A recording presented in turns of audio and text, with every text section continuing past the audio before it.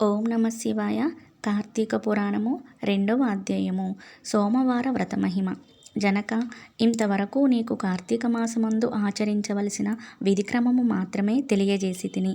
కార్తీక మాసములో సోమవార వ్రతమునకు ప్రత్యేక ప్రాముఖ్యము గలదు. కాన సోమవార వ్రత విధానమును దాని మహిమను గురించి వివరింతును.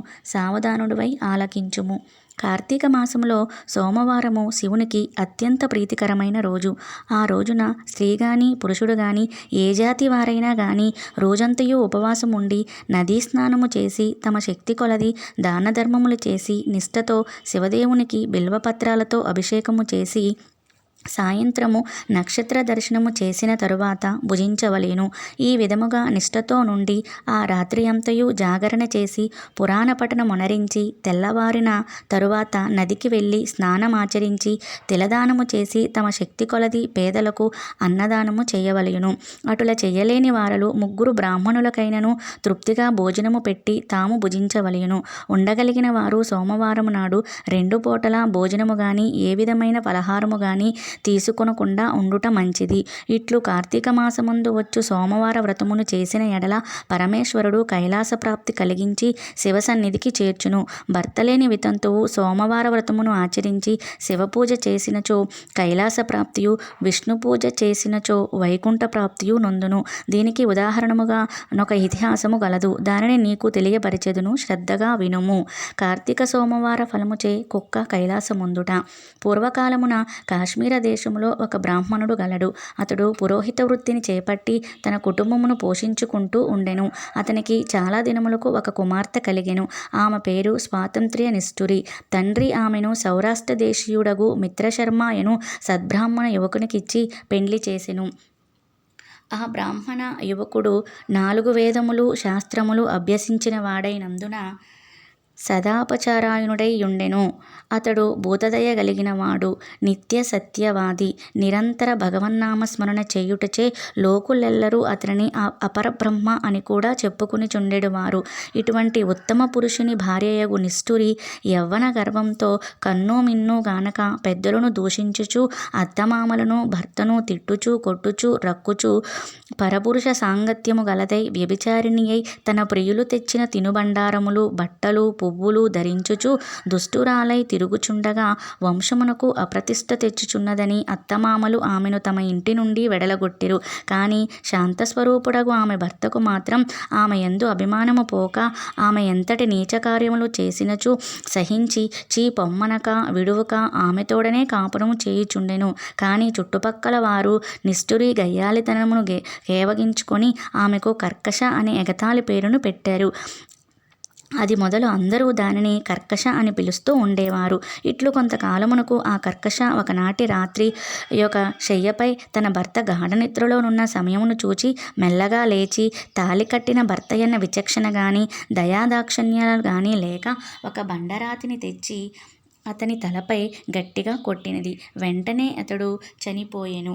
ఆ మృతదేహమును ఎవరి సహాయము అక్కర్లేకనే అతి రహస్యంగా దొడ్డిదారిన గొంపోయి ఊరి చివరయున్న పాడునీతిలో బడవేచి పైన చెత్తా చెదారములతో నింపి యోమియు ఎరుగన దానివలె ఇంటికి వచ్చెను. ఇక తనకు ఏ ఆటంకములు లేవని ఇంకా విచ్చలవిడిగా సంచరించుతూ తన సౌందర్యము చూసి ఎందరినో క్రీగంటవై వశపరుచుకొని వారల వ్రతమును పాడు చేసి నానాజాతి పురుషులతోడను రమించుచు వర్ణసంకురాలయ్యెను.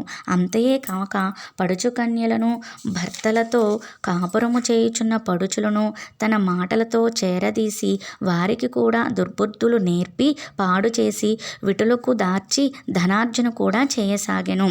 జనకరాజా, యవన బింకము ఎంతో కాలం ఉండదు కదా. కాలమొక్క రీతిగా నడవదు. క్రమక్రమంగా ఆమెలోని యవ్వనము నశించినది. శరీరమందు మేహవ్రణములు బయలుదేరినవి. ఆ వ్రణముల నుండి చీము రక్తము రసికారుట ప్రారంభమయ్యెను. దానికి తోడు శరీరమంతా కుష్ఠువ్యాధి బయలుదేరి దుర్గంధము వెడలుచున్నది. దినదినము శరీర పటుత్వము కృషించి కురూపి అయి భయంకర రోగములతో బాధపడుచున్నది. ఆమె యవ్వనములో నుండగా ఎన్నో విధాల తృప్తి కలిగించిన విటులు ఏ ఒక్కరూ ఇప్పుడు ఆమెను తొంగి చూడరైరి.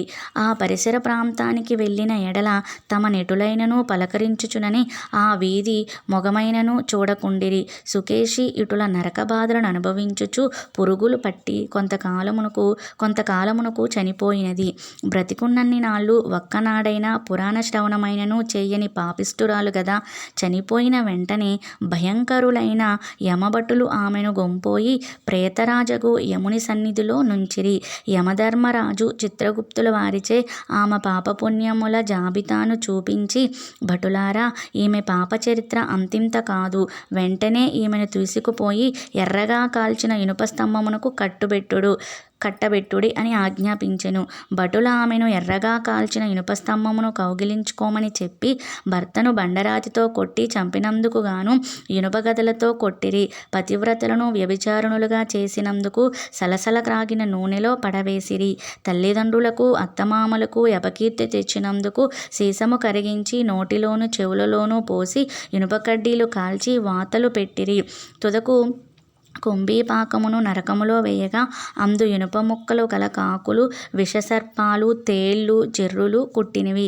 ఆమె చేసిన పాపములకు ఇటు 7 తరాల వాళ్ళు అటు 7 తరాల వాళ్ళు నరక బాధలు పడుచుండిరి. ఈ ప్రకారముగా నరక బాధలను అనుభవించి కడకు కళింగ దేశమున కుక్కజన్మ ఎత్తి ఆకలి బాధ పడలేక ఇల్లిల్లు తిరుగుచుండగా కర్రలతో కొట్టినారు. కొట్టుచు తిట్టువారు తిట్టుచు తరుమువారు తరుముచు ఉండిరి. ఇట్లుండగా గానొకనాడు శ్రోత్రియ బ్రాహ్మణుడు కార్తీక సోమవార వ్రతమాచరించి ఉపవాసముండి సాయంత్రం నక్షత్ర దర్శనం చేసి బలియన్నము నురుగుపై పెట్టి కాళ్ళు చేతులు కడుకొనుటకై లోనికేగిన సమయమున ఈ కుక్క వచ్చి ఆ బలియన్నమును తినెను. వ్రతనిష్ఠాగరిష్ఠుడైన ఆ విప్రుని పూజా విధానముచే జరిపించిన బలియన్న మగుట చేతను ఆ రోజు కార్తీక మాస సోమవార మగుట వలనను కుక్క ఆ రోజంతయు ఉపవాసముతో ఉండుట వలనను శివపూజా పవిత్రస్థానమైన ఆ ఇంట దొరికిన ప్రసాదము తినుట వలనను ఆ శునకమునకు జన్మాంతర జ్ఞానముద్భవించెను. వెంటనే ఆ శునకము, విప్రకులోత్తమా, నన్ను కాపాడుము అని మొరపెట్టుకొనెను. ఆ మాటలు బ్రాహ్మణుడు ఆలకించి బయటకు వచ్చి చూడగా కుక్క తప్ప అన్యులెవరూ లేనందున లోనికేగెను. మరలా రక్షింపుము రక్షింపుము అని కేకలు వినబడెను. మరలా విప్రుడు బయటకు వచ్చి, ఎవరు నీవు, నీ వృత్తాంతమేమి అని ప్రశ్నించగా, ఎంత నా కుక్క మహానుభావా, ఈ పుట్టుకకు వెనుక 15 జన్మల మందు విప్రకులాంగునను నేను వ్యభిచారిణినై అగ్నిసాక్షిగా పెండ్లాడిన భర్తను చంపి వృద్ధాప్యములో కుష్ఠురాలునైతిని. తనువు చాలించిన తరువాత యమదూతల వల్ల మహానరకము అనుభవించి నా పూర్వీకుల పుణ్యఫలము వల్ల ఈ జన్మలో కుక్కనైతిని. ఈరోజు మీరు కార్తీక సోమవార వ్రతము చేసి ఇచ్చట ఉంచిన బలియన్నమును తినుట వలన నాకీ జ్ఞానోదయము కలిగినది. కావున ఓ విప్రోత్తమ, నాకు మహోపకారంగా మీరు చేసిన కార్తీక సోమవార వ్రత ఫలమొకటి ఇచ్చి నాకు మోక్షము కలిగించమని ప్రార్థించుచున్నాను అని వేడుకొనగా, కార్తీక సోమవార వ్రతములో చాలా మహత్యమున్నదని గ్రహించి ఆ బ్రాహ్మణుడు ఒక సోమవారము నాటి ఫలమును ఆమెకు ధారబోయగా వెంటనే ఒక పుష్పక విమానము అక్కడికి వచ్చెను. ఆమె అందరికీ వందనము చేసి అక్కడి వారందరూ చూచుచుండగానే ఆ విమానమెక్కి శివసాన్నిధ్యమును కేగెను. వింటివా జనక మహారాజా, కావున నీవును ఈ కార్తీక సోమవార వ్రతము ఆచరించి శివసాన్నిధ్యమును పొందమని వశిష్ఠుల వారు హితబోధ చేసి ఇంకను ఇట్లు చెప్పదొడంగిరి.